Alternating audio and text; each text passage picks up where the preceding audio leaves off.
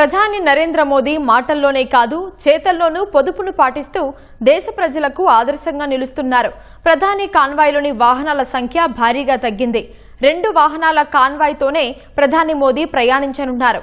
ఇంధన పొదుపు చర్యల్లో భాగంగా మోదీ ఈ నిర్ణయం తీసుకున్నారు.